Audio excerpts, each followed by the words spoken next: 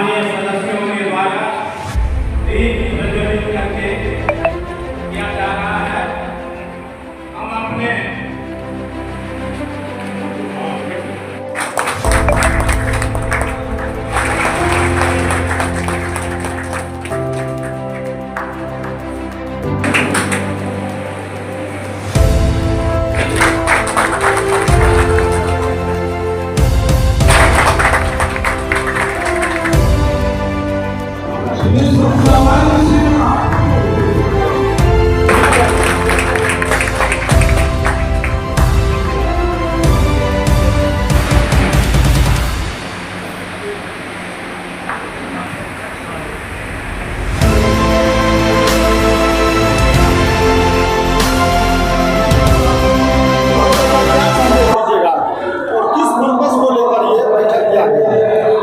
देखिए,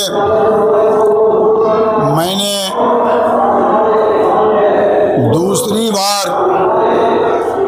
इस चकवार कल्याण परिषद के आयोजन में हिस्सा लिया। मैंने पहली बार भी ये सुझाव दिया था कि हमें समाज को जोड़ने में भूमिका का निर्वाह करना चाहिए। हमारे समाज का वो हिस्सा जो सब अलग थलग इधर उधर बिखरे हुए हैं, उन हिस्सों को, उनके उन तथ्यों को जिसके कारण यह समाज जो गांगे तट पर गंगा नदी के दोनों किनारे है, इसके पिछड़ेपन के, इसके पिछड़ने के कारणों को जांचा जाए, तहकीकात किया जाए। और जैसे गंगा नदी सभी नदियों को अपने में समाहित करके हिंद महासागर में वैश्विक आकार ग्रहण करती है, वैसे ही चकवार कल्याण परिषद नामक इकाई को गंगा का रूप धारण करके अपने तमाम नदियों को, तमाम छोटी छोटी शाखाओं को एक साथ उसके व्यापक रूप में उसे जोड़ करके इसे ऐसा व्यापक स्वरूप दिया जाए, और उसके साथ साथ इसका जो पिछड़ापन का मुख्य कारण है गंगा नदी, जो हमारे लिए ऊर्जा का स्रोत है, अगर उसके जल प्रबंधन को मैंने लगातार इस बात का प्रस्ताव किया है कि हमारा जो भी प्रतिनिधि हुआ करे, जो भी संगठन बने, गंगा नदी जल प्रबंधन को टारगेट करे। यह इलाका इसके शिक्षा, सभ्यता, उद्योग धंधा,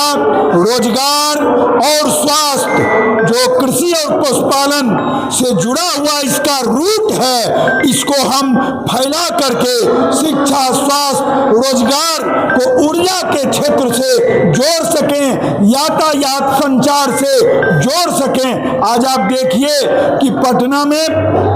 नदी के किनारे, शहर के बगल में जो सड़कें बन रही है,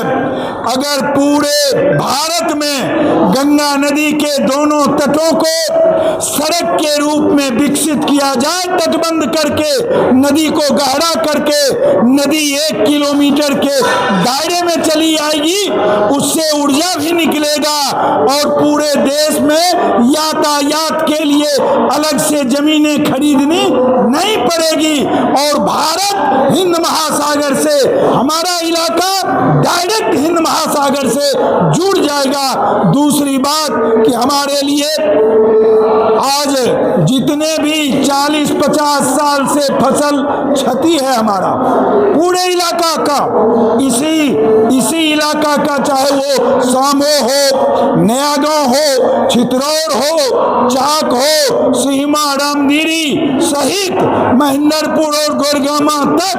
बलापुर, सिंहपुर, सब सारे के सारे इलाके जिसका फसल 50 बरस से क्षति हो रहा है, बालू रेत बना हुआ है, उसका क्षतिपूर्ति मुआवजा का एजेंडा भी चकवार कल्याण परिषद का एजेंडा होना चाहिए। इस इलाके के लिए यही हमारा सुझाव है।